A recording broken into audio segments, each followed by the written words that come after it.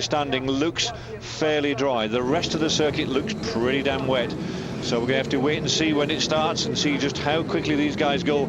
On the second row there, third position is Thompson. See what happens to him. Fabrizio Giovanardi on pole from Antonio Garcia. The grid is ready to go for round 12 of the World Touring Car Championship. Watch James Thompson in third position on the wet weather tyres. Not enough of an advantage, but Andy Priaulx is trying to go through with the Schnitzer boys. That's Jörg Muller. He gets attacked from Dirk Muller. And dear oh dear, this is Rickard Rydell's headlamp view, and already it's all broken loose down into Eau Rouge. That's Augusto Farfus is off. Priaulx is off. I think that's probably Dirk Muller who was alongside him. And Seat heads the queue. Peter Terting is at the front of the queue, behind Jörg Muller and Antonio Garcia and three of the Alfa Romeos. Thompson's wet weather tyres not enough to give an advantage at the start. It's Giovanardi, Tarquini, Garcia, Thompson, and then 42, which is Jörg Muller. So Dirk Muller and Priaulx, the championship top two, are down the grid and in big trouble. Jörg Muller looking to make a move as early as he can to get past James Thompson. Thompson, don't forget, on full wet weather tyres. Jörg Muller on full slicks, and Thompson needs the gravel trap, and there goes Tarquini. Tarquini's gone off. Slicks have not got quite enough grip.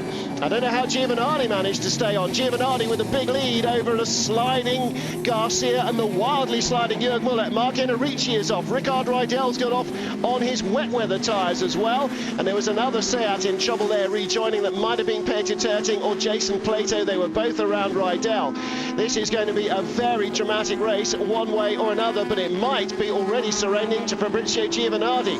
Antonio Garcia second, Jörg Muller third, Gabriele Tarquini in fifth, as James Thompson's up to fourth place, but still the top five easing away from the best of the Seats, and that I think is probably still going to be Peter Terting. We'll catch up with it when the camera gives us a decent enough view to actually get it. It is Peter Terting. Ben, here come the Chevys. David Leslie, we joked this morning about the Mallock team praying to the rain gods, but look how well the Chevys are working when it's wet.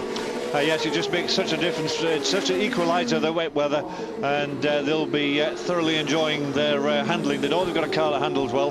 They just need a few more horsepower out of that engine to try and get on equal terms with Alfa Romeos and the BMWs. But up front here is Alfa Romeos. The BMW's now slipped back behind the two Alfa Romeos, and it's slipping back again. It's obviously got a problem. I've got a very big problem indeed. So BMW's on top in race one.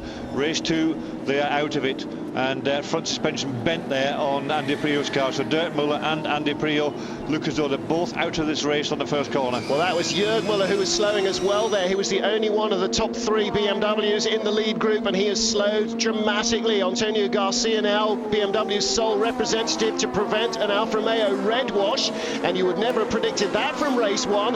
But on a wet start, as you head down into Eau Rouge, as the driver said, you just throw the dice and hope that it doesn't all break loose in front of you. Well, it couldn't break loose in front of Fabrizio Giovanardi since he was on pole, and he got through. Giovanardi and Garcia from the front row.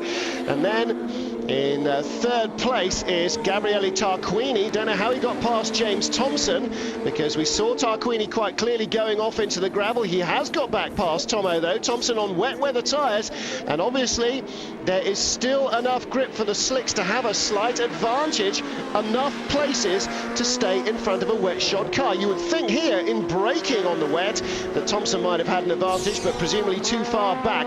Let's have a look at the start. Dirk Muller comes around Andy Priaulx, gets turned round into Farfus.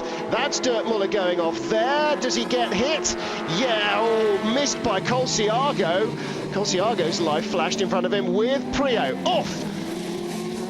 And Priaulx is sandwiched in between a BMW and Alfa Romeo there. Absolutely, no wonder his suspension is completely cream crackered, because he was hit from both sides. Now they're going to try